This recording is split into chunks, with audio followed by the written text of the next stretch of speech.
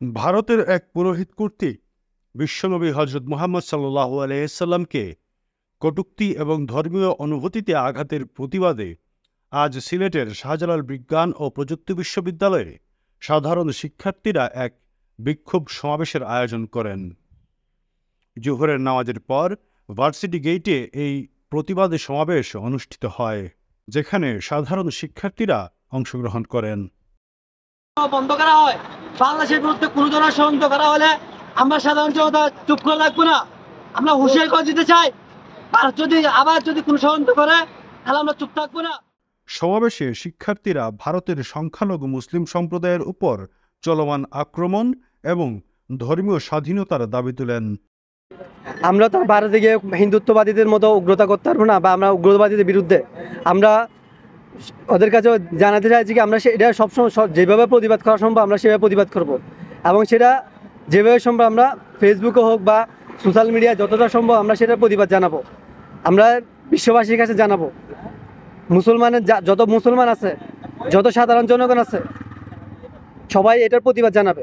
তারা স্পষ্ট করে বলেন, ধর্মীয় অনুভূতির প্রতি সম্মান দেখানো এবং সংখ্যালঘুদের অধিকার রক্ষা করা অত্যন্ত গুরুত্বপূর্ণ। শিক্ষার্থীরা দাবি করেন, বাংলাদেশের বর্তমান সরকার যদি রাষ্ট্রীয়ভাবে এই কটূক্তির বিরুদ্ধে অবস্থান না নেয় তবে তাদের প্রতিবাদ অব্যাহত থাকবে।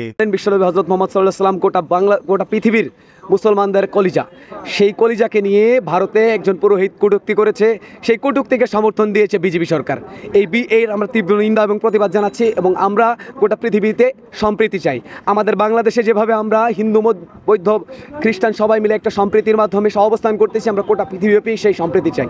যেখানেই সম্প্রীতির বিরুদ্ধে সহিংসতা ঘটনা হবে আমরা সেটার বিপক্ষে অবস্থান নিয়েছিলাম, আগেও এখনও নিচ্ছি, এবং এর জন্য আমাদের যদি লড়াই সংগ্রাম করতে হয় আমরা লড়াই সংগ্রাম চালিয়ে যাবো। আমরা বাংলাদেশ সরকারের প্রতি আহ্বান জানাবো যাতে করে এর নিন্দা জানিয়ে তারা একটি অফিসিয়াল বিবৃতি দেয় এবং ভারত সরকারকে দ্রুত সময়ের মধ্যে এই সহিংসতাগুলো দূর করে ভারত যাতে একটা সম্প্রীতির দেশ হয় তার জন্য যাতে ব্যবস্থা নেওয়ার জন্য তারা বার্তা দেয়।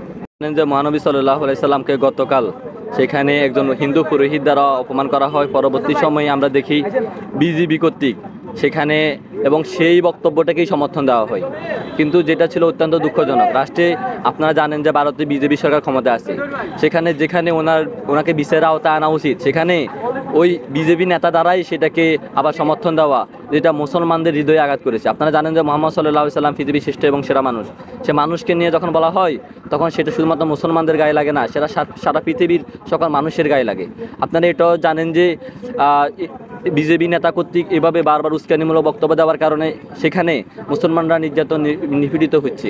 তা আমরা সেই জায়গা থেকে বলতে চাই, আপনারা যদি এভাবে করেন তাহলে ইন্ডিয়াতে একটা Islamic anti Islamic sentiment grow হচ্ছে, যেটা মুসলমানদের জন্য কখনো সুখকর নয়।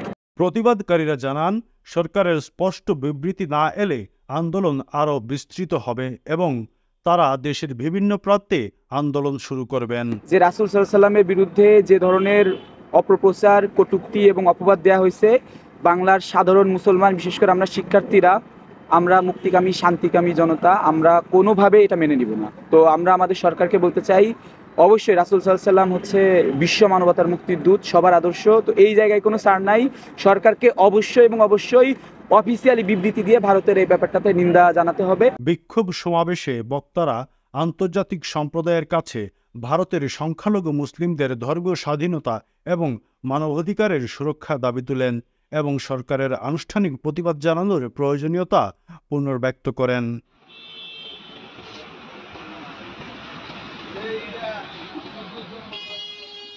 আবুল হাসনাত, DSM।